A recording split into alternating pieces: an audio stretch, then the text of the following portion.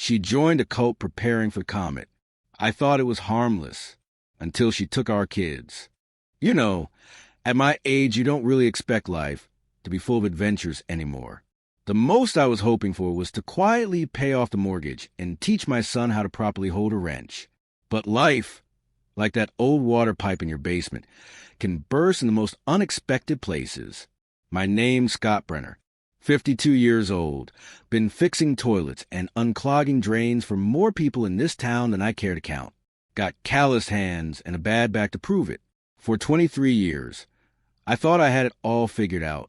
House with a white picket fence, 2 kids who still hug me when I came home smelling like PVC primer, and Linda.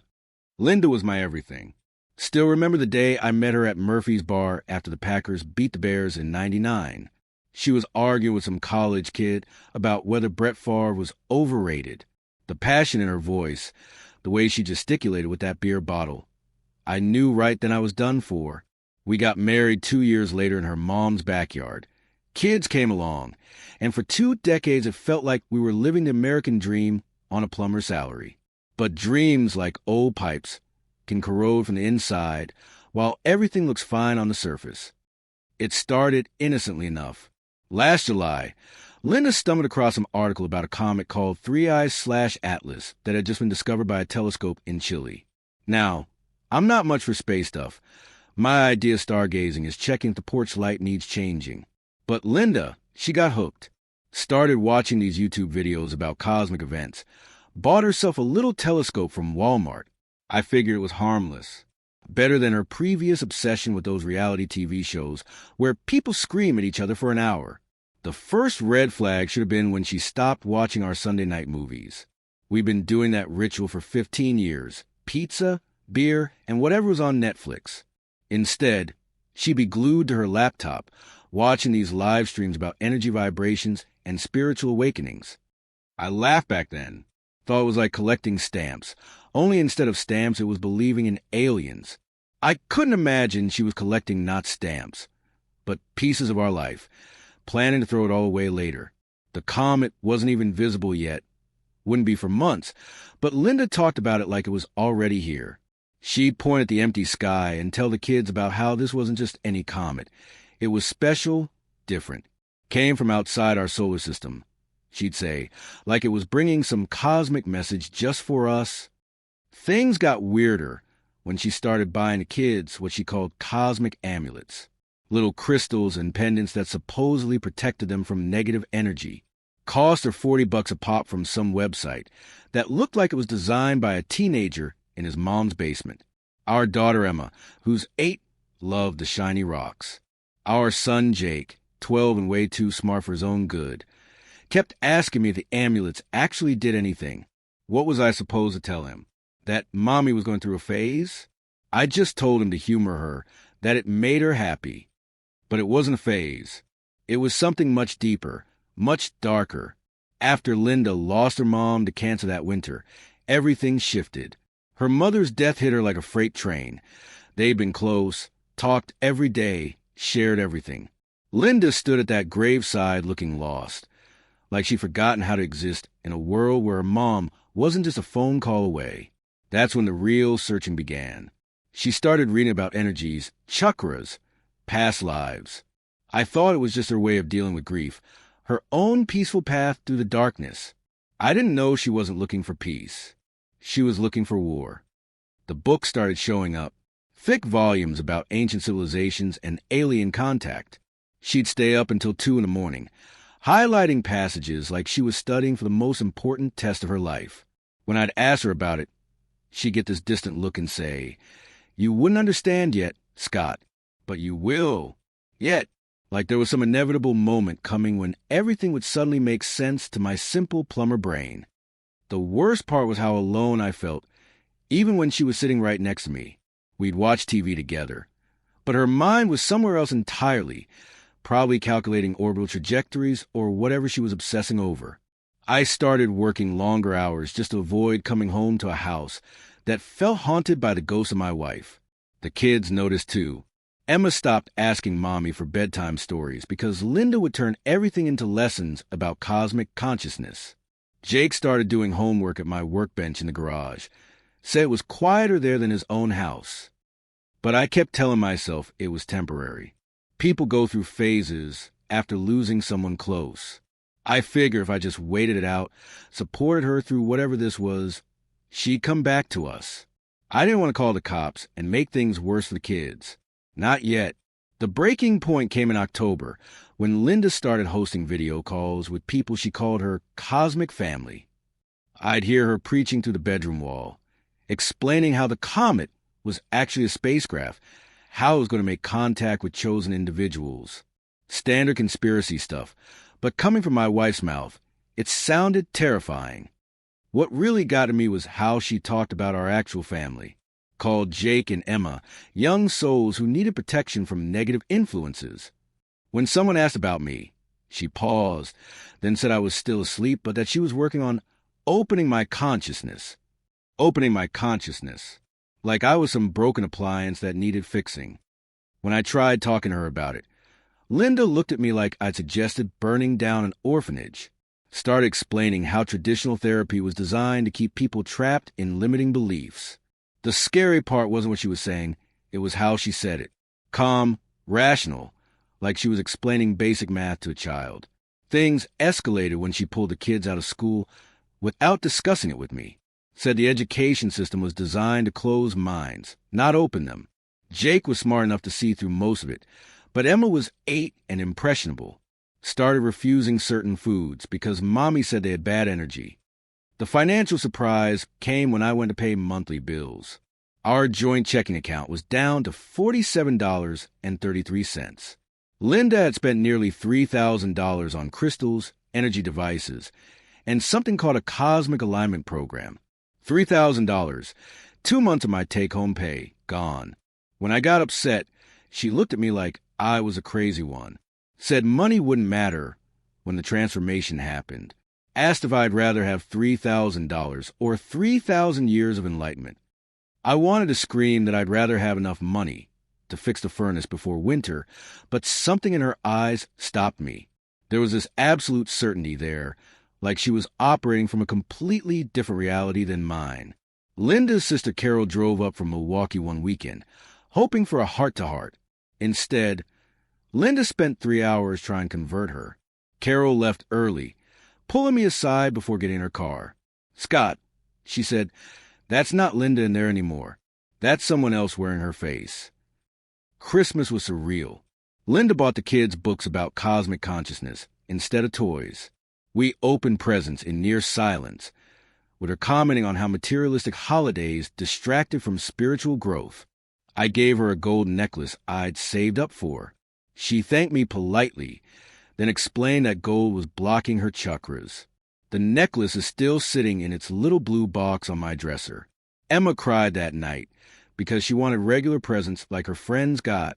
I tucked them into bed and promised next year would be different, not knowing how right I'd be. By February, Linda wasn't even pretending to be part of our family anymore. She'd eat separate meals, spend entire weekends locked in her room with her special alkaline water. The kids started treating her like a strange house guest who happened to share our last name. She'd started making her own videos, posting them to a channel called Cosmic Truth Seekers. The woman in those videos looked like my wife, but talked like someone I'd never met. In one video, she discussed the challenges of living with unawakened family members operating on lower frequencies. She never mentioned my name, but everyone watching would know exactly who she meant. I tried everything. Left articles about cult behavior on her nightstand, suggested counseling, even offered to watch her cosmic videos with her. Nothing worked. Every attempt to reach her just pushed her further into her cosmic bubble. The final conversation happened on a Thursday night in March. I found Linda in the living room, sitting in darkness except for the glow of her laptop screen. She was watching another live stream about preparing for the comet's approach. I sat down next to her, close enough to smell her shampoo but feeling like she was 1,000 miles away. Asked if we could talk about us, about our family, about our marriage. Linda closed the laptop and looked at me with those eyes that used to light up when I walked in the door. But now they looked through me like I was made of glass. She spoke slowly, deliberately, like she'd rehearsed the words. Said that if I couldn't accept the truth, then I wasn't just unworthy of our children. I was part of the problem, not the solution. That I was like a stone in the road that needed to be moved aside, so the world could move forward. There was no anger in her voice, no emotion at all. She said it with the cold certainty of someone stating a mathematical fact. 2 plus 2 equals 4. Scott Brenner is an obstacle to cosmic evolution. I walked past our wedding photo on the wall that night, and for the first time in 23 years, I couldn't look at it. I turned it face down. I went to bed with a sick feeling in my stomach, like I'd swallowed something poisonous. Linda stayed in the living room, typing on her laptop until I fell asleep to those keys clicking in the darkness. I didn't know it then, but those were the last words my wife would ever speak to me as my wife. But in the morning, the coffee pot would be cold, the bed's empty, and my children gone. The first thing I noticed when I woke up wasn't the silence. It was the smell, or rather, the lack of it. For 23 years, I'd woken up to the smell of coffee brewing downstairs. Linda was always up before me, had this internal clock that got her moving at 6:30 sharp. She'd start the coffee, check her phone, maybe throw a load of laundry in before the kids got up. Our house had a rhythm, a heartbeat that I'd come to depend on without even realizing it. That Friday morning, there was nothing, just a hollow echo of my own breathing in a house that felt wrong. I stumbled downstairs in my boxers and old Packers t-shirt, expecting to find Linda in her usual spot at the kitchen table with her laptop. Instead, I found a note stuck to the refrigerator with a magnet shaped like a sunflower, one Emma had made in art class last year. The handwriting was Linda's, neat and careful like she'd practiced it. We've gone to meet our destiny. Don't look for us. When the comet reaches perihelion, we'll be safe. Love, Linda. I read it 3 times before my brain would accept what my eyes were seeing. Love, Linda. Like she was going on a weekend trip to visit her sister. I ran upstairs, taking the steps 2 at a time, my bare feet slapping against the cold wood. Emma's room was empty, her bed made with military precision. Her favorite stuffed elephant, Mr. Peanuts, was gone. So were her clothes, her backpack, even the cosmic amulets Linda had been buying her. Jake's room told the same story. Dresser drawers pulled out and emptied. His baseball trophies still lined the windowsill, but everything that mattered to a 12-year-old boy had vanished. I stood in my son's doorway, wearing nothing but underwear in disbelief, and that's when it really hit me. My children were gone. Not at school, not at a friend's house. Gone. Taken by their own mother to chase some cosmic fantasy I couldn't even pretend to understand. The rational part of my brain kicked in then. Check the bank accounts. See how bad this really is. It was worse than I'd imagined. Every account we'd shared was empty, not just low, completely drained. The savings account where we'd been putting away money for Jake's college fund, 0. The checking account, 0. Even the emergency fund we'd been building since Emma was born, 0. 23 years of careful saving, of skipping vacations and buying generic cereal and fixing our own cars instead of taking them to the shop. Gone. She hadn't just taken my children. She'd taken our confidence in tomorrow, our foundation, our dreams about college for the kids, and a quiet retirement on some little ranch. She'd taken the future and left me with nothing but a mortgage in an empty garage where her car used to be. I sat on the kitchen floor in my underwear, holding my phone, staring at those 0 balances. That's probably not how most men picture hitting rock bottom. But there it was, 52 years old, successful small business owner, reduced to crying on linoleum while wearing yesterday's socks. The phone started ringing around 10 that morning. Word travels fast in a town of 8,000 people, especially when it's bad news. My neighbor, Mrs. Patterson, called first, voice all concerned and syrupy, asking if everything was okay because she'd noticed Linda loading suitcases into her car at dawn. Then my brother-in-law Mike called. Then Linda's boss at the insurance office. Each conversation was the same dance, them fishing for information while pretending to offer help, me trying to explain something I didn't understand myself. By noon, I realized I needed legal advice. Found myself sitting in the cramped office of Thomas Kellerman, the only lawyer in town who handled family cases. Tom was a good guy, went to high school with Linda's older brother, had always been friendly at community events. The news he gave me made the empty bank accounts look like a minor inconvenience. Linda had filed paperwork claiming emotional abuse, temporary restraining order, emergency custody motion. According to the documents Tom showed me, I was a controlling husband who denied my wife's spiritual growth and posed potential threat to my children's well-being. Tom leaned back in his squeaky chair and delivered the knockout punch with the casual tone of someone discussing the weather. The court had granted Linda temporary custody based on her allegations. Until a full hearing could be scheduled, which might take months, I had no legal right to see my own kids. I asked Tom how this was possible, how someone could just make accusations and have them taken seriously without any evidence. He shrugged, said family courts err on the side of protecting children, even when protection might not be necessary. Said Linda's lawyer had painted a picture of a man so resistant to his wife's personal growth that he'd become emotionally abusive. The really twisted part was how she twisted my concern into evidence against me. Every time I'd questioned her cosmic theories, every time I'd worried about the money she was spending, every time I'd suggested she might need help processing her mother's death, Linda had documented it all as examples of my controlling behavior. My love for her had been reframed as psychological abuse. I drove home from Tom's office in a daze, seeing my town with different eyes. The hardware store where I bought supplies every week. The diner where Linda and I used to take the kids for pancakes on Sunday mornings. Everything looked the same, but I felt like an alien visiting a planet I used to call home. Because that's what happens in small towns when your wife publicly declares you're dangerous. People start looking at you differently. The guy at the gas station who used to joke about the Packers' chances suddenly couldn't make eye contact.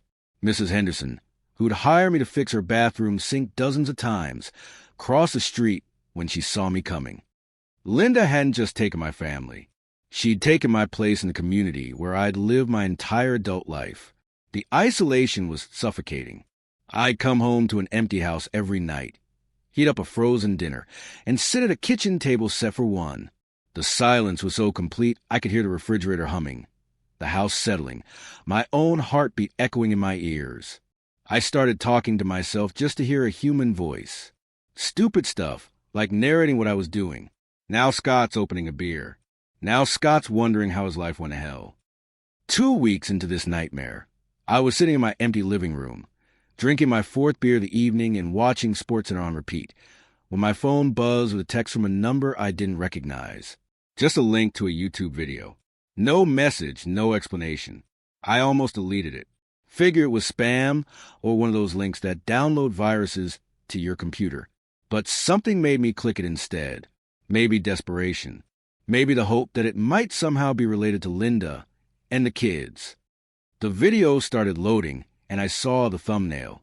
A professional-looking setup with soft lighting and a bookshelf in the background.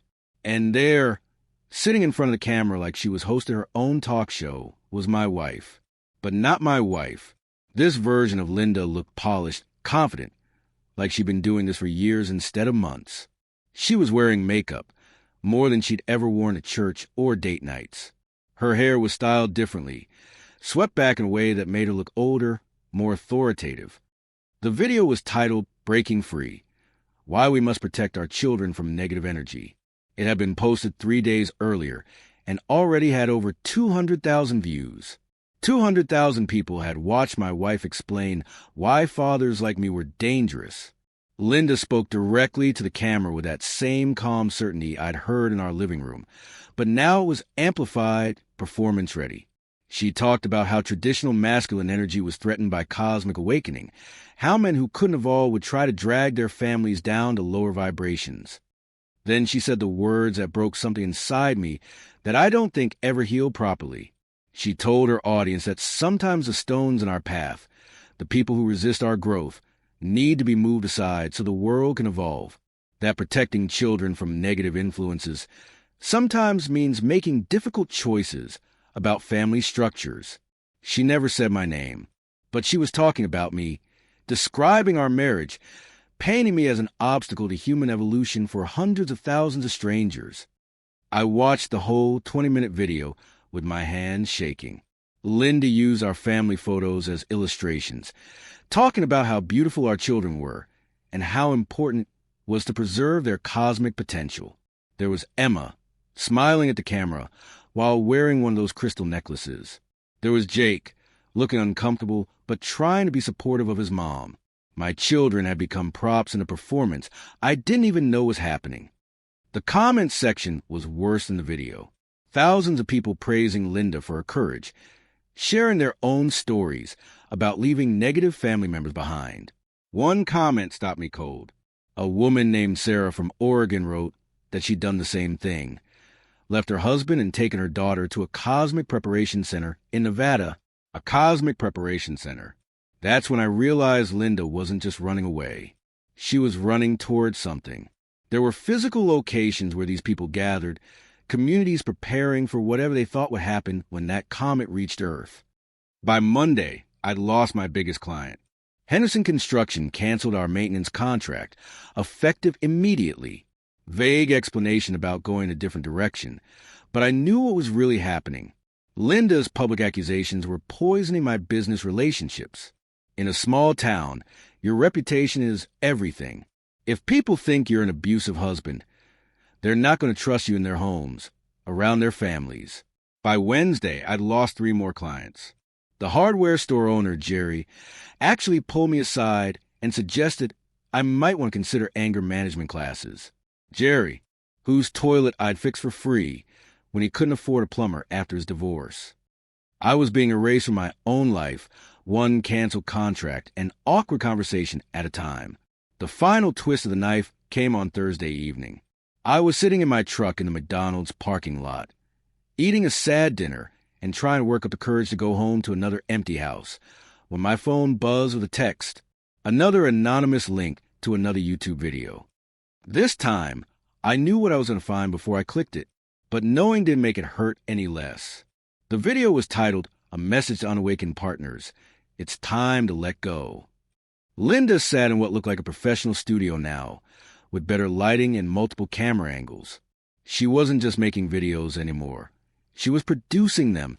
The view count was already over 1 million. She spoke directly to the camera, but I knew she was speaking to me. Explained how painful it was to realize that the person you'd shared your life was actually holding you back from your highest purpose. But then she said something that made my blood run cold. She told her audience that women in her situation needed to be prepared for their former partners to become desperate, possibly dangerous.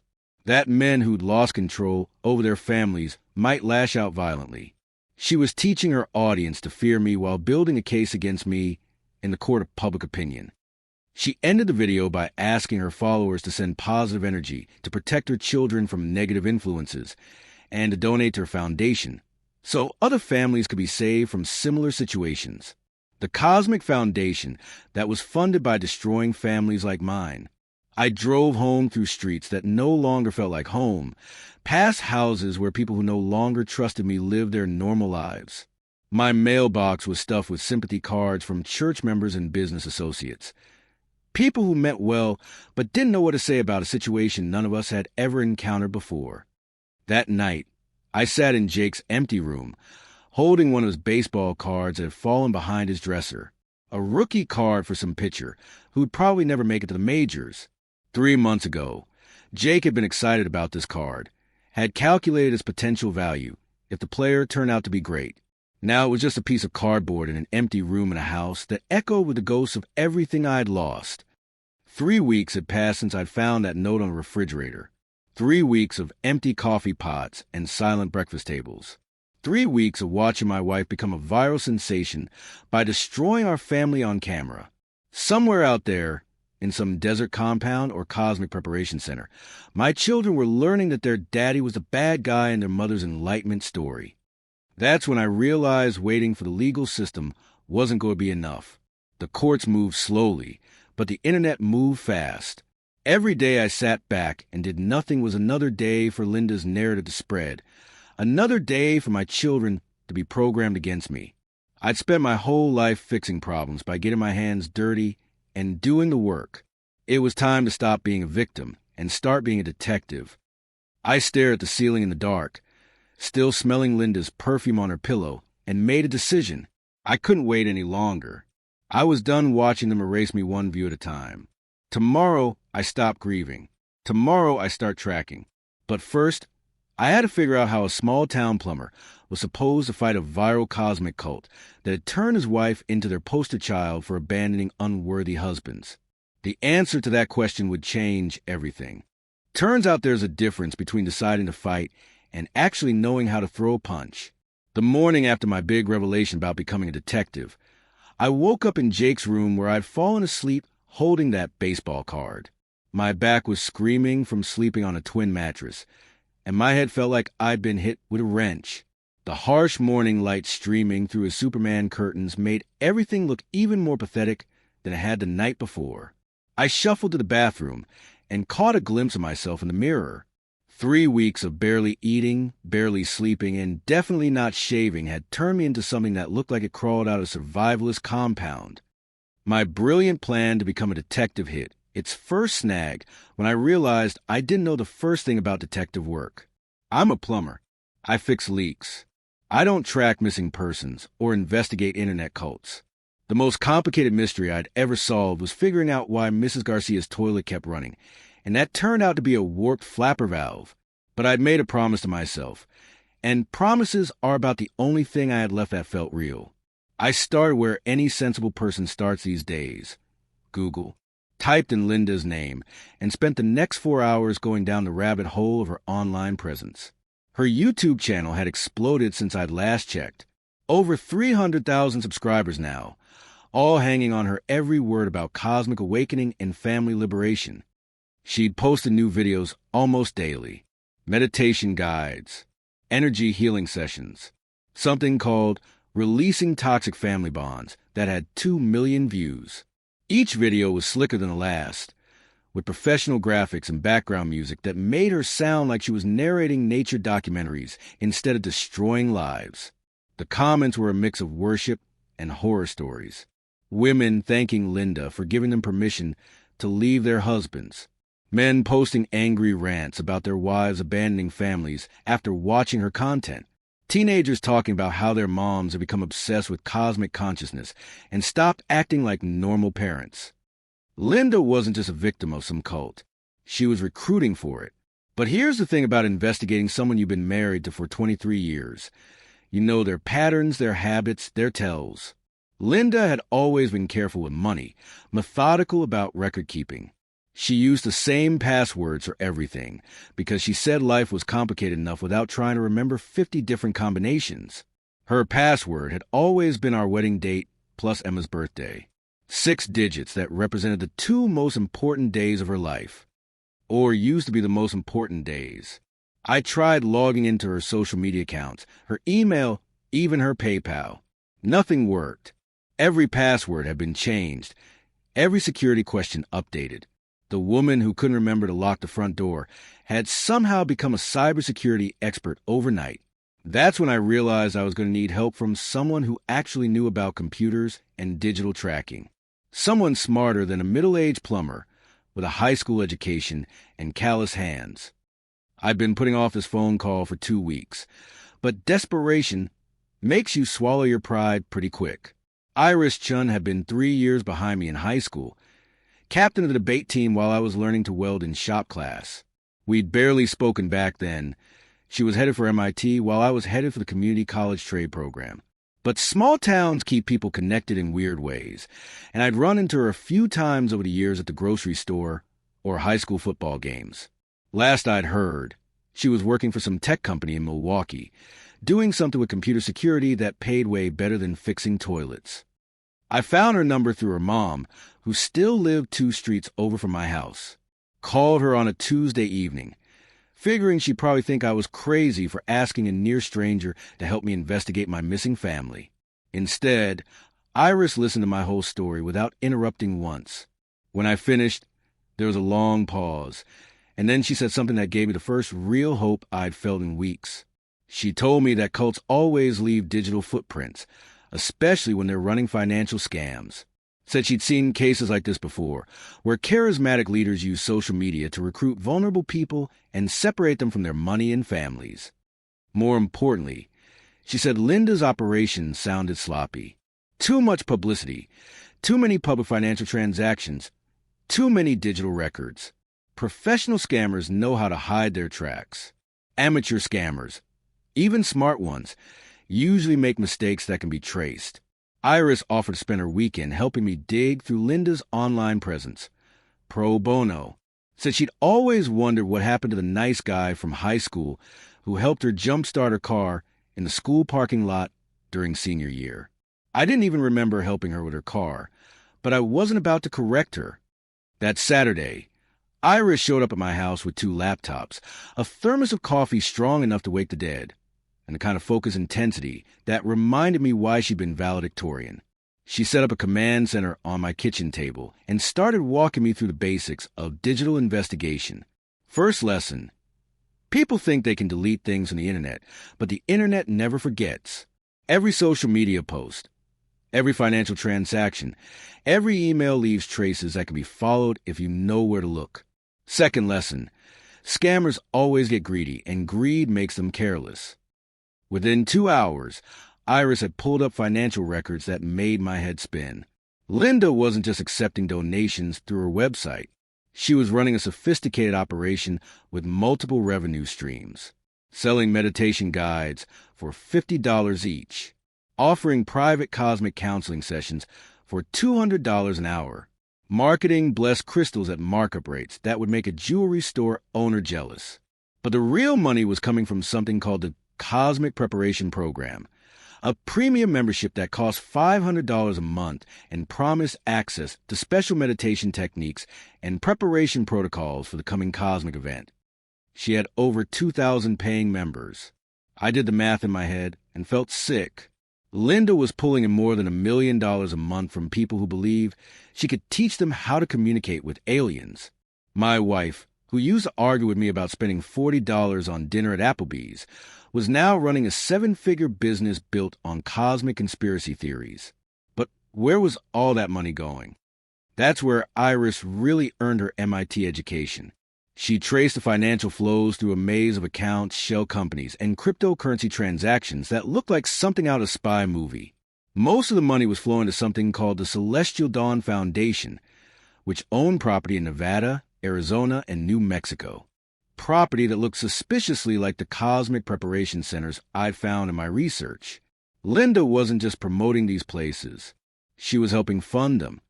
We found the Nevada location first, a compound about an hour outside of Las Vegas, advertised as a retreat center for people seeking cosmic consciousness. The website showed pictures of meditation gardens, organic farms, and happy families living in harmony with the universe. But when Iris dug deeper into the property records, we found something interesting. The compound had been purchased 18 months ago for $1.2 million in cash. No mortgage, no financing. Just a straight cash purchase by the Celestial Dawn Foundation, which had been incorporated exactly 2 weeks after Linda first discovered that Comet article. Someone had been planning this operation long before Linda stumbled across 3 I/Atlas. She wasn't the mastermind behind this cult. She was just another recruit who'd gotten promoted to middle management. But she was good at it. Too good. Iris showed me analytics from Linda's YouTube channel that made my stomach drop. Her videos weren't just popular. They were precisely targeted. The algorithm was pushing her content to recently divorced women, people who'd lost family members, anyone showing signs of vulnerability or spiritual searching. Linda had become a hunter, and she was hunting people just like she used to be. The breakthrough came when Iris found Linda's private PayPal account. Not the public one linked to her foundation, but a personal account she'd been using for smaller transactions. Turns out Linda had been buying plane tickets, hotel rooms, and car rentals. All documented, all traceable. We tracked her movements from Wisconsin to Colorado to Utah, and finally to Nevada. She'd spent 3 days in Las Vegas before driving to the compound. But here's the interesting part. She'd also bought return tickets for herself and the kids, scheduled for 2 weeks after the comet's closest approach to Earth. Return tickets. She was planning to come back. which meant either she genuinely believed something cosmic was going to happen and wanted to be home afterward, or she was planning this whole thing as a temporary publicity stunt for a growing online empire. Either way, it gave me hope. Temporary meant there might be a chance to get my family back before whatever deadline she'd set in her cosmic calendar. But the deeper we dug, the more complicated everything became. Linda wasn't just running a simple donation scam. She was selling products, running programs, building what looked like a legitimate business empire. The blessed water she was marketing was actually expensive alkaline water with fancy labels.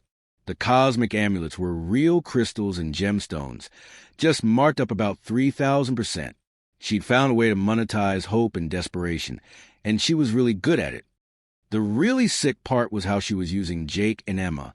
Every video featured them somehow, sometimes just in background photos, sometimes participating in meditation sessions, always presented as examples of children thriving in an environment of cosmic consciousness. She'd turned my kids into marketing tools for a business built on destroying families. I watched video after video of my children looking confused and homesick, while their mother explained to the world how much happier they were without their negative father influencing their energy. Iris could see I was getting worked up, so she suggested we take a break and order pizza. We sat in my empty kitchen, eating pepperoni slices and talking about high school, anything to get my mind off the screen full of evidence that my wife had become a professional family destroyer. But even during the break, I couldn't stop thinking about those return tickets. If Linda was planning to come back, that meant she expected this cosmic event to happen and then return to normal life, which meant she probably didn't really believe the most extreme parts of her own teaching, which meant she was lying to thousands of people about the most important thing in their lives. That's when Iris dropped the bombshell that changed everything. She'd been running some kind of advanced search on Linda's email patterns, technical stuff I didn't understand, when she found something that didn't fit the pattern. An email account that had been created just 2 weeks ago, using Linda's information but with activity that didn't match her normal online behavior. Someone else was using Linda's identity to send emails. Someone who knew enough about her operation to access her accounts, but wasn't careful enough to match her writing style or timing patterns. Iris pulled up the suspicious emails and showed me what she'd found. Messages to other cosmic influencers about coordinating publicity around the Comet's approach. Discussions about timing major announcements for maximum media impact. Plans for monetizing the cosmic event through premium membership drives and exclusive content. These weren't the rambling spiritual messages Linda usually sent. These were business communications from someone running a calculated marketing campaign. Linda wasn't just a true believer who'd lost her mind. She was working with other people, following a script, playing a role in something much bigger than one woman's spiritual awakening. Or maybe she was being played herself. That night, after Iris went home with promises to dig deeper into the email patterns, I sat in my garage with a beer and tried to process what we discovered. My wife was either a criminal mastermind running $1 million scam, or she was a victim being manipulated by people who were using her genuine grief and confusion to build their own empire. I didn't know which possibility was worse. I was still sitting there, staring at Jake's bicycle hanging on the garage wall, when my phone buzzed with a notification. Someone had sent me money through PayPal, $50 from an account I didn't recognize, with a message that made my hands shake. Check your email. Someone needs to stop this before it's too late. I ran inside and opened my laptop, fingers fumbling with the keyboard. There in my inbox was a message from a Proton Mail account, one of those encrypted email services that people use when they don't want to be traced.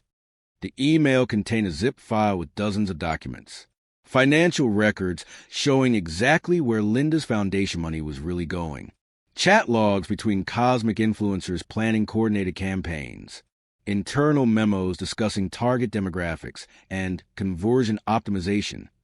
But the document that hit me like a punch to the gut was titled Subject Profiles, High-Value Recruits. Linda's name was on a list of 23 women who'd been specifically targeted for recruitment. The profile described her as recently bereaved, financially stable, natural charisma, social media potential, high. They'd been hunting my wife from the beginning. The document described the recruitment process in clinical detail, how to identify vulnerable targets, how to introduce cosmic concepts gradually, how to isolate recruits from family members who might interfere with the indoctrination process, how to turn personal tragedy into spiritual awakening narrative. There was even a section on legal strategies for obtaining custody when family members resisted the transformation. My wife hadn't joined a cosmic awakening movement. She'd been recruited by a sophisticated operation that specialized in breaking up families and stealing their assets. The grief over her mother's death, her search for meaning, her spiritual vulnerability, all of it had been identified and exploited by people who saw her as a profit opportunity. Linda was as much a victim as I was. Maybe more. The anonymous sender had included a note at the bottom of the email. She's not the only one. Check the compound visitor logs. Your family is in danger, but not from space aliens. Attached were what looked like internal security reports from the Nevada compound, lists of residents and their contribution levels, photos of families arriving at the facility, and buried in the middle of a routine security update, I found what I'd been looking for. An entry dated 4 days ago. New arrivals, L. Brenner and 2 children, ages 8 and 12. Assigned to Meditation Wing B. High priority protection protocols in effect. High priority protection protocols. That didn't sound like they were protecting my family from cosmic negativity. That sounded like they were protecting them from me. I printed everything out, made copies, stored backups in 3 different places. These documents were my ammunition in a war I was finally ready to fight. But they also raised new questions that kept me awake for the rest of the night. Who was the anonymous sender? Someone inside the compound? Another victim who'd figured out the scam? Or was this whole thing another layer of manipulation designed to make me do something stupid that would prove Linda's accusations about me being dangerous? I'd been a plumber for 30 years. I knew that when you find a leak, you don't just patch it, you trace it back to the source and fix the real problem. But this leak was in my life, not a pipe, and the source was somewhere in the Nevada desert where my children were being held by people who made their living destroying families. The difference between a leak and the truth is that leaks are predictable. Water flows downhill, follows the path of least resistance, obeys the laws of physics. Truth is messier. Truth hides behind smiles and spiritual platitudes and professional websites that make family destruction look like cosmic evolution. But I knew one thing for certain now. Linda wasn't the enemy. She was another victim of people who turned family destruction into a business model. And somewhere in that compound, my children were waiting for their father to figure out how to save them from saviors who were really predators. The anonymous documents were like a treasure map, only instead of treasure, they contained proof that my wife was a scammer. And that treasure, the truth, was going to be heavier than I'd ever imagined carrying. Because now I knew I wasn't just fighting to get my family back. I was fighting an organization that had probably destroyed hundreds of families, stolen millions of dollars, and convinced thousands of people that abandoning their loved ones was a form of spiritual evolution. I wasn't just Scott Brenner, heartbroken husband and father anymore. I was Scott Brenner, the guy who was about to take on a cosmic cult with nothing but a high school education, a PayPal account full of evidence, and the kind of stubborn determination that comes from having absolutely nothing left to lose. The next morning, I called Iris and told her what I'd found. She was quiet for a long moment, then asked if I considered going to the FBI. Said this sounded like interstate fraud, money laundering, maybe even kidnapping. I told her I'd thought about it, but I also knew how these things worked. Federal investigations took years. My children didn't have years. They had weeks, maybe days, before whatever cosmic deadline Linda believed in arrived, and this whole operation either disappeared or moved to its next phase. Iris understood. Said she'd keep digging through the digital evidence while I figured out what to do with the documents I'd received. But she also gave me a warning that stuck with me for the rest of the week.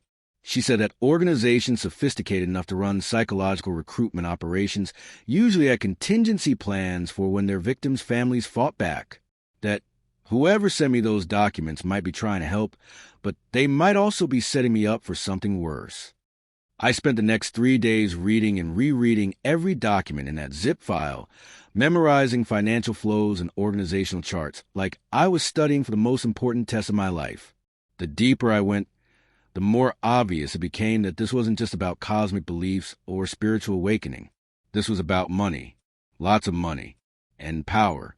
The power to convince people to abandon everything they'd built in their normal lives and hand it over to leaders who promised them cosmic enlightenment in return.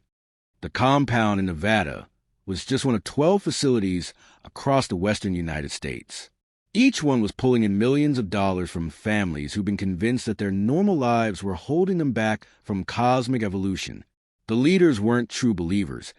They were business people running a sophisticated psychological operation designed to separate vulnerable people from their assets and their families. Linda had become their star recruiter, but she was also their product. Her transformation from grieving widow to cosmic influencer was being sold as proof that the program worked. I'd been looking at this all wrong. I thought Linda had joined a cult and taken my children with her. But really, a cult had kidnapped my wife's mind and was using her to kidnap other families. My children weren't just missing. They were being held hostage by people who made their living off human misery. And somewhere in that compound, surrounded by people who called themselves cosmic teachers but were really professional family destroyers, Linda was probably as confused and scared as my kids were. That's when I made the decision that would either save my family or destroy what was left of my life. I wasn't going to wait for the legal system to slowly grind through Linda's false accusations. I wasn't going to sit in my empty house while my children learned to hate their father. And I wasn't going to let these cosmic predators use my wife's pain to recruit their next batch of victims. I was going to take these documents and find someone who could turn them into a weapon, someone with a platform big enough to expose this operation to the world, someone who could fight back against viral lies with viral truth. But first, I needed to understand exactly what I was up against. The documents were clear about the organization's structure, but they didn't explain why someone inside would risk their position to help a plumber from Wisconsin, unless that someone was inside by choice either. I spread the compound visitor logs across my kitchen table and started looking for patterns. Names, dates, family structures. What I found made me realize that my family wasn't unique. The compound was full of mothers who brought their children to be protected from negative family influences. Fathers who've been painted as obstacles to cosmic evolution. Families torn apart by people who claim to be helping them ascend to higher consciousness. I wasn't just fighting for Jake and Emma anymore. I was fighting for every family that had been destroyed by people who turned spiritual seeking into family separation. Every father who'd been labeled as negative energy. Every child who'd been taught that loving their parent was holding back human evolution. The scope of what I was up against should have been overwhelming. Should have sent me back to my garage with another beer and the comfortable numbness of defeat. Instead, it made me angrier than I'd ever been in my life. Because I finally understood what the anonymous sender meant when they said my family was in danger, but not from space aliens. The real danger was from people who use cosmic theories to justify taking children away from parents who love them, who turned family bonds into spiritual obstacles that needed to be eliminated, who made millions of dollars convincing people that love was actually toxicity. That night, I sat at my kitchen table surrounded by evidence of the most sophisticated family destruction operation I could have imagined, and I started making a plan. Not a plumber's plan for fixing a broken pipe, but a father's plan for bringing his children home. I had the documents. I had proof of fraud, manipulation, and systematic family destruction. Now I needed to find someone who could help me turn that proof into justice. And I needed to do it before the comet reached perihelion, and whatever deadline these cosmic predators had set came and went, possibly taking my family with it. A few weeks passed in preparation. That's how military guys talk about the time before a big operation, and that's exactly what this felt like. I wasn't just some heartbroken plumber anymore. I was a man with a mission, evidence in hand, and a target that needed taking down. The documents from my anonymous source had given me everything I needed to understand the scope of what I was fighting. But understanding the problem and knowing how to solve it are two different things entirely. I needed help from someone who understood how to fight battles in the court of public opinion. That someone turned out to be Rebecca Martinez. I'd known Becky since she was fresh out of college, working as a weekend reporter for our local TV station. Back then, she'd cover high school football games and county fair pie contests, but she had this hungry look in her eyes like she was meant for bigger stories. Over the years, I'd watched her work her way up to investigative reporter for the regional news network, breaking stories about corruption in city government and fraud in local businesses. If anyone could turn my pile of documents into a story that mattered, it was Becky. I called her on a Wednesday morning, expecting to leave a voicemail and maybe get a call back in a few days.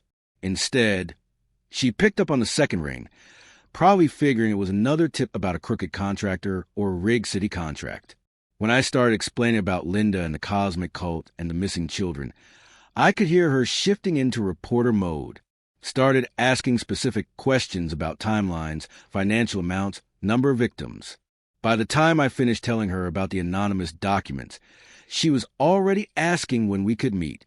We sat in her office that Thursday afternoon, surrounded by printouts of financial records and screenshots of Linda's videos. Becky went through everything with the methodical attention of someone who'd spent years learning how to separate real stories from conspiracy theories and family drama. What convinced her wasn't the money trail or even the evidence of systematic family destruction. It was the recruitment manual. The clinical, calculated way these people identified vulnerable targets and exploited their pain for profit. Becky leaned back in her chair and said something that stuck with me through everything that came after. She told me that sometimes the biggest exposures aren't made by police or federal investigators, but by ordinary people who just got tired of watching lies win. I realized then that this wasn't just about me getting my family back. This was about everyone who believed in truth, even when that truth wasn't cosmic or mystical or particularly comfortable. This was about proving that love doesn't need to be transformed or transcended or evolved. Sometimes it just needs to be protected. The timing couldn't have been better. The comet was approaching its closest point to Earth, and media interest in cosmic phenomena was at an all-time high. Every news outlet was running stories about the scientific significance of 3I/Atlas, which meant there was already public attention on anything comet-related. Becky saw the opportunity immediately. A story about a cosmic cult exploiting the comet approach to destroy families would get national attention, especially with the kind of documentation we had. She started making calls to her contacts at the major networks, pitching the story as both human interest and criminal investigation. Within a week, we had producers from 3 different news programs interested in the story. But Becky recommended we go with 60 Minutes. Said they had the credibility and the reach to make sure the story couldn't be buried or dismissed as local news. The interview process was intense. They wanted to verify every document, confirm every financial transaction, interview other victims of the cosmic recruitment operation. I spent hours answering questions about my marriage, my wife's transformation, the impact on my children. But the most powerful part of the segment wasn't my interview. It was the comparison footage. The producers had gotten permission to use clips from Linda's YouTube videos, showing her polished performance as a cosmic teacher talking about protecting children from negative family energy. Then they cross-referenced those clips with the internal documents, showing how the organization targeted grieving mothers and coached them on legal strategies for obtaining custody. Watching my wife's public persona get dissected on national television was both satisfying and heartbreaking. The story aired on a Sunday night, 3 days before the comet's closest approach to Earth. The segment was titled Cosmic Scam: How Space Beliefs Are Destroying Earth Families. 22 minutes of detailed investigation into the operation that had stolen my wife and children. The response was immediate and overwhelming. Within hours, the Nevada compound was swarmed by federal agents executing search warrants. The FBI had been tracking unusual financial activity tied to the compound for months, watching cryptocurrency transfers and interstate money movements, but our documents finally gave them cause to act. By Tuesday morning, 12 cult leaders had been arrested on charges ranging from fraud to money laundering to child endangerment. The compound was shut down, and all the families being held there were released pending investigation. That Tuesday afternoon, my phone rang. The caller ID showed Linda's number. The first time I'd heard from her directly since she'd disappeared with the kids 2 months earlier. Her voice sounded small, scared, nothing like the confident cosmic teacher from the YouTube videos. She was at a police station in Las Vegas with Jake and Emma, and she needed someone to come get them. The drive to Nevada was the longest 6 hours of my life. I kept thinking about what I was going to say to Linda, how I was going to explain to the kids what had happened, whether my family could ever be put back together after everything that had been broken. But when I walked into that police station and saw Jake and Emma sitting on a bench looking lost and confused, none of those questions mattered anymore. They saw me and ran across the room like I was the answer to every prayer they'd whispered in the dark for the past 2 months. Jake hugged me so tight I could barely breathe, and Emma buried her face on my shoulder and started crying. Not sad crying, but relief cry, the kind that comes when you finally feel safe again. They smelled like the cheap soap from wherever they'd been staying, but underneath that was still the familiar smell of my children, the scent that had been missing from my house for too long. Linda stood across the room watching us, and for the first time in months, she looked like the woman I'd married. Scared, confused, maybe a little ashamed, but human again. The serene certainty she once wore like armor had vanished, replaced by the kind of lost expression people have when they wake up from a dream they can't quite remember. The legal resolution came faster than anyone expected, with federal charges pending against the organization's leadership and overwhelming evidence of fraud. Linda's lawyer advised her to cooperate fully with investigators and accept whatever custody arrangement I was willing to agree to. The judge issued a temporary order returning primary custody to me, while Linda underwent psychological evaluation and participated in what the court called deprogramming counseling. She was also required to surrender her passport and remain in Wisconsin pending completion of the federal investigation. But the strangest moment came when the court ordered Linda to return the money she'd taken from our accounts. She looked genuinely confused, like she didn't understand why she was being asked to give back funds that had been donated to a cosmic cause. The cult had been so successful at reframing theft as spiritual liberation that Linda couldn't see the difference anymore. The court also ordered her to remove all videos featuring our children from her social media accounts and to cease making any public statements about our family situation. I sat in that courtroom watching my wife, the mother of my children, the woman I'd loved for more than 2 decades, get treated like a criminal defendant. She was there, but she wasn't the woman from YouTube videos anymore. She was just a small, frightened person who'd lost a game she'd never really understood she was playing. And I realized that winning this legal battle wasn't the victory I'd thought it would be. It was an ending I'd never wanted to write. The kids and I drove home to Wisconsin in relative silence. Jake sat in the front seat, occasionally asking practical questions about school and baseball season. Emma curled up in the back with Mr. Peanuts, who'd somehow survived their cosmic adventure intact. Neither of them wanted to talk about where they'd been or what they'd experienced. They just wanted to go home and sleep in their own beds and pretend the last 2 months had been a bad dream. I didn't push them for details. Some stories need time before they're ready to be told. The night before the comet reached perihelion, the point of closest approach to Earth that Linda's cosmic teachers had been building toward for months, I found myself sitting in the backyard with Jake and Emma, looking up at the sky. The comet was actually visible now, a small fuzzy star that you could spot if you knew where to look. Emma pointed at it and asked if the space people were really in there like Mommy had said. I told her I didn't know, but that it didn't matter. The only people who mattered to us were right here on Earth. Jake put his arm around my shoulder, when had he gotten tall enough to do that, and said something that made me understand that maybe some good had come from all this madness. He told me he'd always known I would find them, that even when Mommy was saying things about Daddy being negative energy, he never believed it because he remembered all the times I'd fix his bike and help with homework and taught him how to throw a curveball. He said he was proud to be my son. I didn't know what to say to that. Didn't know how to respond to forgiveness I wasn't sure I deserved.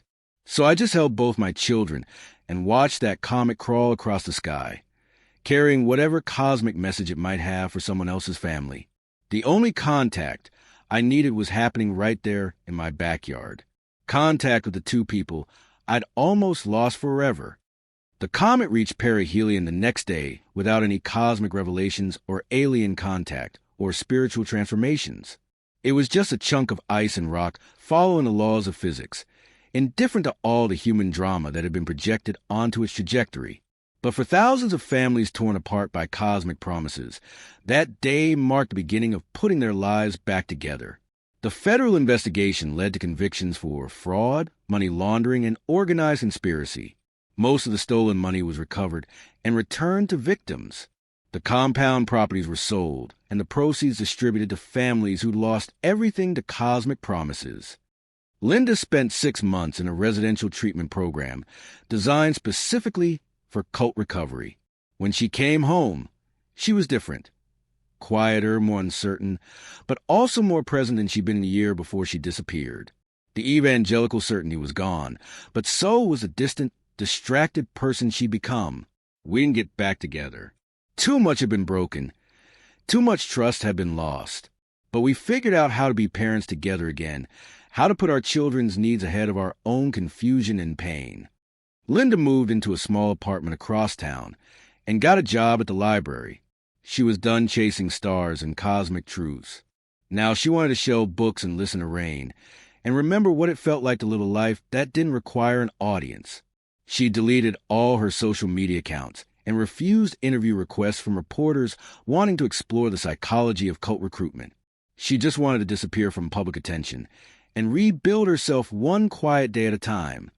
The kids adapted faster than either of us expected. Children are resilient in ways that constantly amaze me. Within a few months, Jake was back to worrying about baseball tryouts and algebra tests. Emma started sleeping through the night again and stopped asking questions about energy vibrations and cosmic protection. They still saw their mother regularly, but they came home to me. Our house slowly filled with normal sounds again. Homework arguments, TV shows, the coffee maker gurgling to life each morning. 6 months after the comet had come and gone without ending the world, I did something that surprised everyone who knew me. I started a YouTube channel. Not about plumbing, though that probably would have been more practical. I created something called Ground Contact, where I shared what I'd learned about recognizing and resisting cult recruitment tactics. Use my experience to help other families who are dealing with loved ones who've been drawn into conspiracy communities or spiritual movements that demanded cutting ties with family. The channel grew slowly but steadily. Turns out there are a lot of people out there dealing with family members who've disappeared into online communities that promise cosmic truth in exchange for earthly connections. Parents whose adult children had joined doomsday groups. Spouses who've been abandoned for spiritual teachers who demanded total devotion. I wasn't qualified to be anyone's guru or counselor, but I was qualified to be someone who'd been through the nightmare and come out the other side with his family mostly intact. The response from viewers taught me something important about the difference between cosmic truth and earthly truth. Cosmic truth promises answers to questions we don't even know how to ask. Earthly truth is messier, more complicated, but it's also more real because it acknowledges that love is complicated and families are flawed, and sometimes the most spiritual thing you could do is just show up for the people who need you. My story wasn't about space or aliens or cosmic evolution. It was about home, about the gravitational pull of family bonds that are stronger than any comet's trajectory. 1 year after Linda had left that note on our refrigerator, I was cleaning out the garage when I found a box of Emma's old art projects. At the bottom was a drawing she'd made in 2nd grade, our family standing in front of our house, holding hands under a smiling sun. In the picture, we all looked impossibly happy, the way 8-year-olds draw families when they still believe that love is simple and permanent and strong enough to survive anything. I hung that drawing in the kitchen, right where Linda's cosmic departure note had been. That evening, Emma was getting ready for bed when she remembered she was still wearing one of the crystal amulets from her cosmic adventure. She asked if she had to keep wearing it, or if it was okay to take it off now that the comet was gone. I told her she could decide for herself what she wanted to wear and what she wanted to let go of. She took off the necklace and handed it to me, said it was pretty but it made her neck itch and she didn't think it was actually protecting her from anything anyway. I walked out to the backyard and tossed that crystal amulet into our fire pit, where it disappeared in the flames like every other bad memory that deserves to be burned. Watching it burn, I thought about all the things I'd learned over the past year, about how grief can make people vulnerable to anyone offering easy answers, about how the internet can turn personal pain into public performance, about how love sometimes means fighting for people even when they don't want to be fought for. But mostly I thought about the difference between cosmic contact and human contact, between the promise of connection with some distant intelligence and the reality of connection with the people sitting right next to you. I don't know if there's life on other planets, but I know for certain that if we don't protect what we have here on Earth, we won't need any comets to destroy us. We'll do it ourselves, one family at a time, one broken promise at a time, one moment of choosing cosmic possibility over earthly responsibility. My story isn't about space aliens or government cover-ups or spiritual evolution. It's about a plumber who almost lost everything that mattered to him and had to learn how to fight for it, using tools he'd never been trained to use. I don't need to know if aliens are coming to visit. I've already seen the real face of what was living right next to me, and I got back everything I thought I'd lost forever. Or maybe that's all I needed to understand what really matters. The comet is gone now, disappeared back into the cosmic dark where it came from. The cult leaders are in federal prison. The compounds have been shut down. Linda is learning how to be herself again, slowly and carefully, like someone recovering from a long illness. Jake made the high school baseball team. Emma's teacher says she's reading above grade level. Our house smells like coffee again in the mornings. Sometimes at night, when I'm checking that the doors are locked and the kids are safe in their beds, I look up at the sky and think about all the families out there who are still fighting battles like the one I fought. People who are watching their loved ones disappear into online communities that promise cosmic truth, but deliver earthly destruction. The universe is vast and mysterious, and probably full of wonders we can't even imagine. But the most wonderful thing I know is that my children are home, safe in their beds, dreaming dreams that don't require them to abandon everyone who loves them. Real contact isn't about reaching out to distant stars. It's about reaching across the breakfast table to help your daughter with her math homework. It's about teaching your son that the most important orbit in his life is the one that keeps circling back to family, to home, to the people who knew him before he knew himself. That's the only cosmic truth that matters to me. Everything else is just background noise from a universe that's too big to worry about the small, perfect things that make life worth living. Last week, Emma asked me if I missed the excitement of being on TV and having people know my story. I told her that the best stories are the ones nobody else needs to hear, the quiet ones that happen in living rooms and backyards and around dinner tables where families gather to share their days. Our story now is wonderfully boring. Homework and baseball practice, and arguments about bedtime. The kind of ordinary magic that cosmic teachers will never understand because they're too busy looking up at the sky to notice the miracles happening right here on the ground. I still fix leaks for a living. Still come home smelling like PVC primer and WD-40. Still watch the Packers lose games they should have won and help Jake with algebra problems that make my head hurt. But now I also know that sometimes the most important repair work isn't about pipes or water heaters. Sometimes it's about fixing the broken connections between people who love each other but forgot how to trust that love. The cosmic amulet burned up completely that night, leaving nothing but a small pile of ash that the wind scattered across our lawn. By morning, there was no trace that it had ever existed. That's how it should be with bad memories and false promises, and anyone who tries to convince you that the love you already have isn't cosmic enough to matter. Some things deserve to burn. Other things deserve to be protected. Learning the difference between those two things might be the only spiritual wisdom any of us really need.